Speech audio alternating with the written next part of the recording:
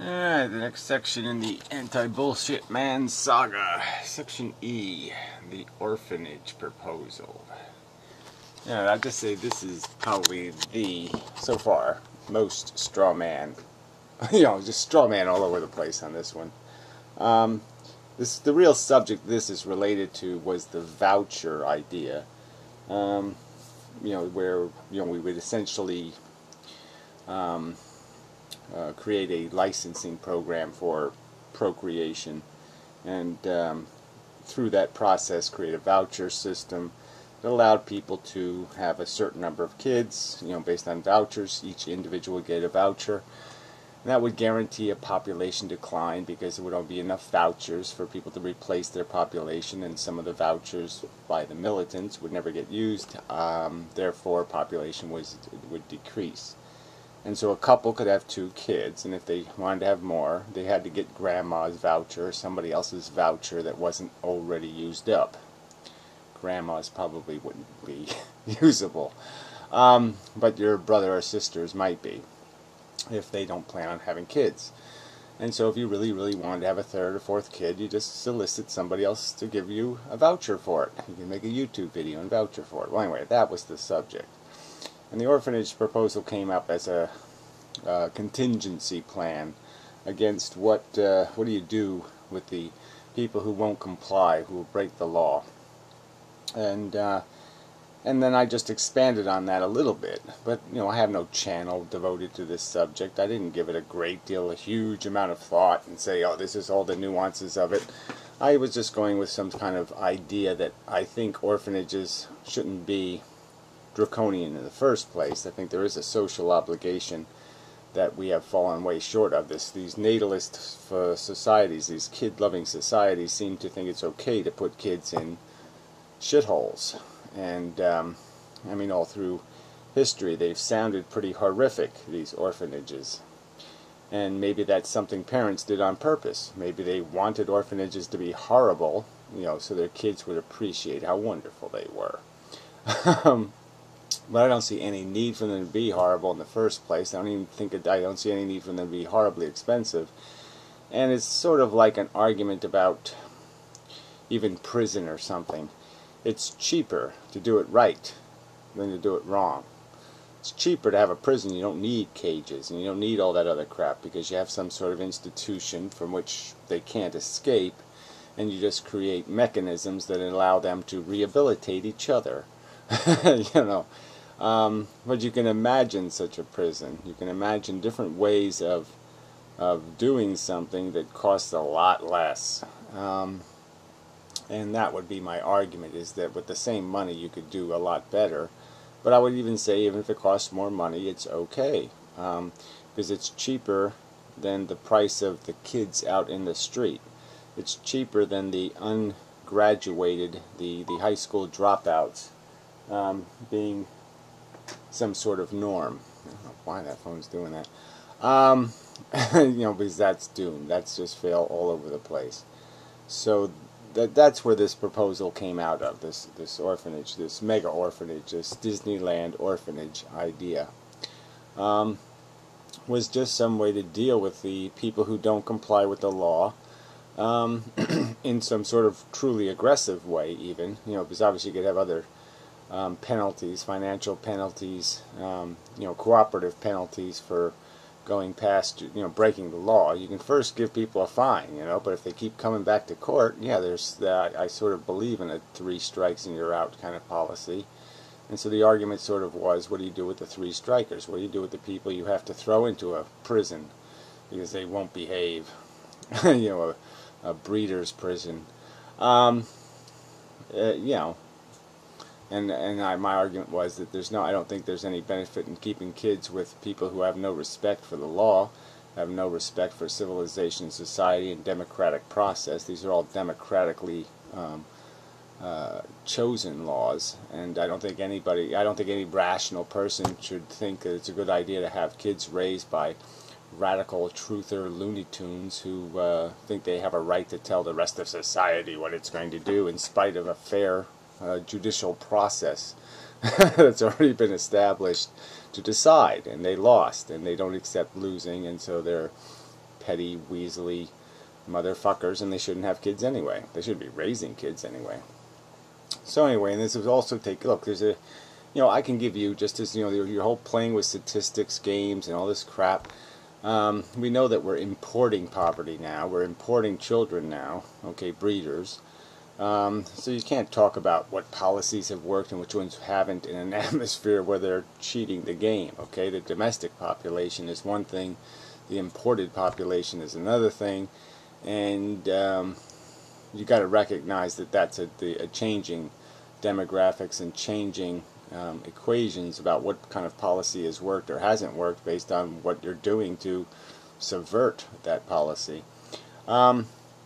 So anyway, but we know there's 40 million people on food stamps. I mean, single individuals have a really impossible time getting these kind of social benefits. So these are all families with kids. We're basically raising the next generation in poverty. It's just no doubt about it. And that poverty is toxic. In terms of, it's not just a financial poverty, it's a poverty of character all over the place. The dropout rates in places like Chicago are obscene. And so, yeah, there's just, these people shouldn't be raising kids. Part of having a license to raise kids would probably have to have some sort of demonstration. I mean, give them a dog to fucking raise for a year and see if they can keep that alive. I don't know. But we get into, there's so many things you can do.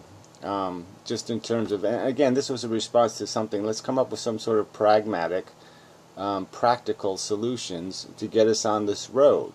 And I think a voucher system is a doable thing, because I think there are a lot of people who are starting to really resent the poor and resent the sloppiness, the arrogance of them, thinking they can just keep creating social burdens and they don't have to take any responsibility for it.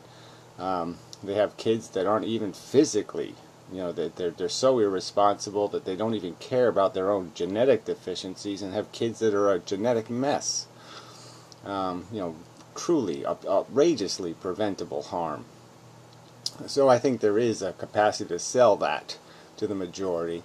And ideas like insurance, if you want to be a parent, maybe there's going to be an obligation where you're going to have to buy at least a minimum amount of insurance against your death, against your divorce, probably more specifically, the split up of your relationship, let's say, the parental relationship. You're going to have to buy insurance, and you're going to have to show that you have the means to pay for the insurance.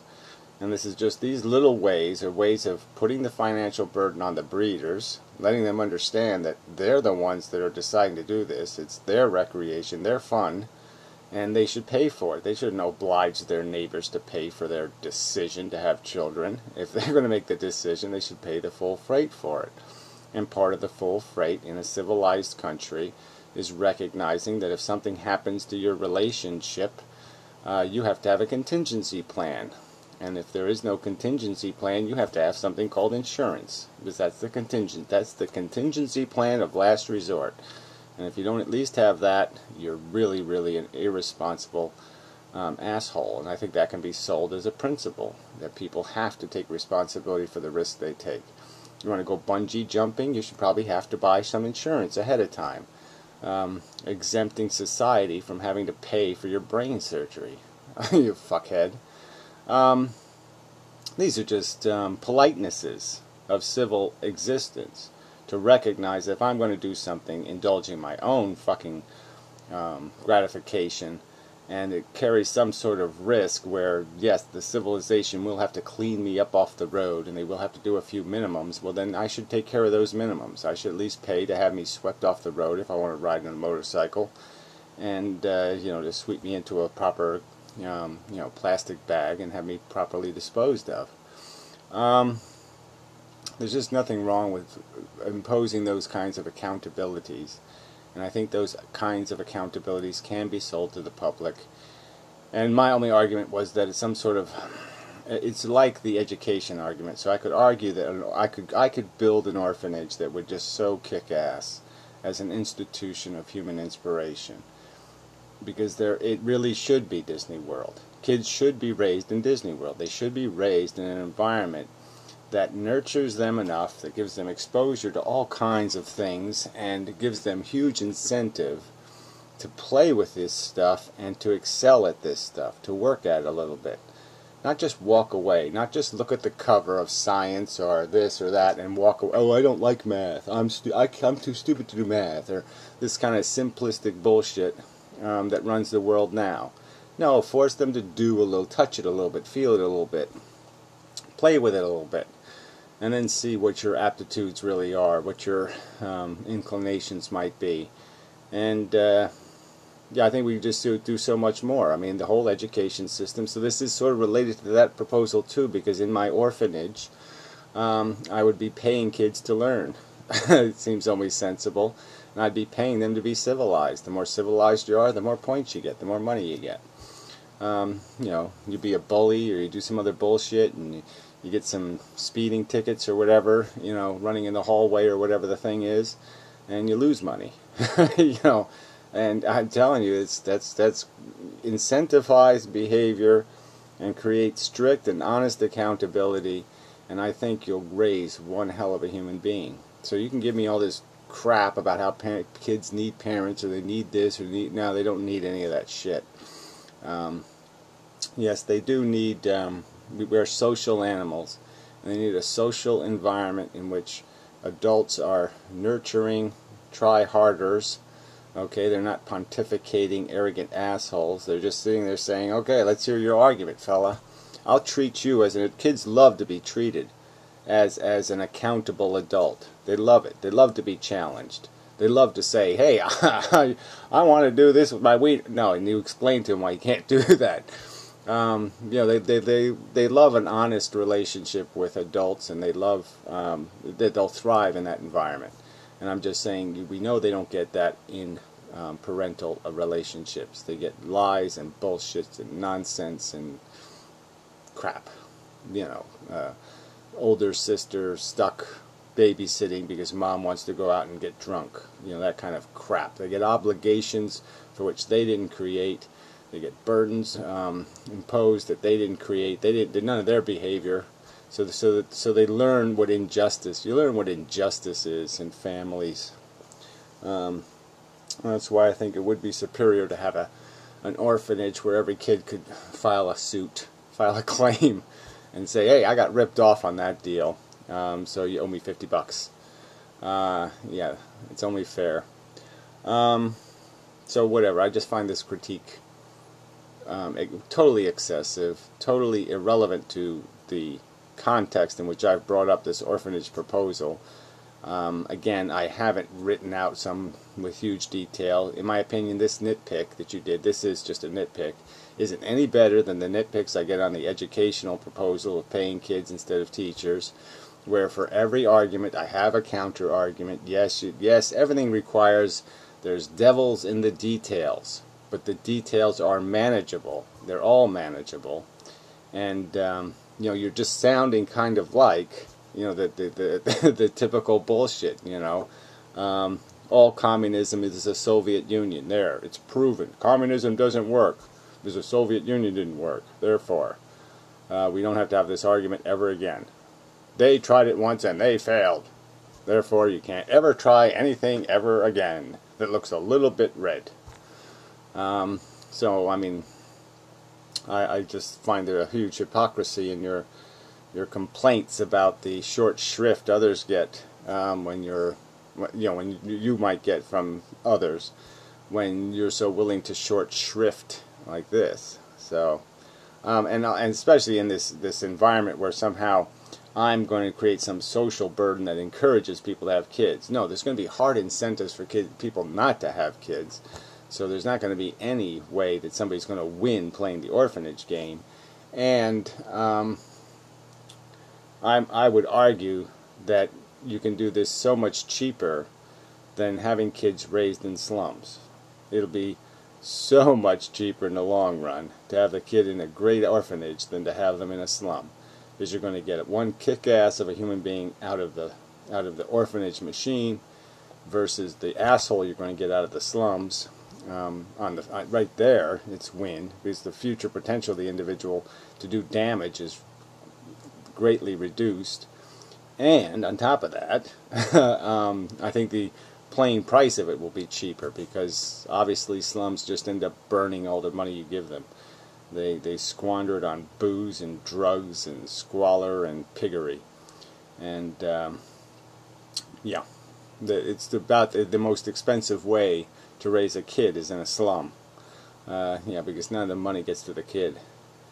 So, and then none of it's spent at all rationally, right? You know, they fix the floor before they fix the roof, the leaky roof. You know, it's that kind of thing. They just keep going back and forth because they're not smart enough to fix the roof before they fix the floor. Yeah, so I don't want to beat it to death, but yeah, and I don't really. You know, this is not one of my key. This is not the thing I'm focusing on. I'd rather argue the voucher system than argue this contingency against people violating the voucher system. I mean, that's getting way, way, way down the road and into a detail that I don't think is necessary. And so I think it just sucks that you tried to make this some sort of key proposal of mine, and it sucks to go into this minutia detail assuming that I wouldn't be able to find simple counter arguments to these minor gripes you have about the idea of what it takes to raise a kid. And I don't think it's that complicated. It takes a warm environment. It takes a hug now and then, maybe. Okay, I'll get into that little sappy stuff. A hug now and then. And incentives. Lots of incentives. So anyway, you're not going to find that in the average American breeding family. The average American breeding family is all disincentives and horror. And yeah, it's just you're just gonna make monsters raising kids on welfare and food stamps. Anyway, until next time.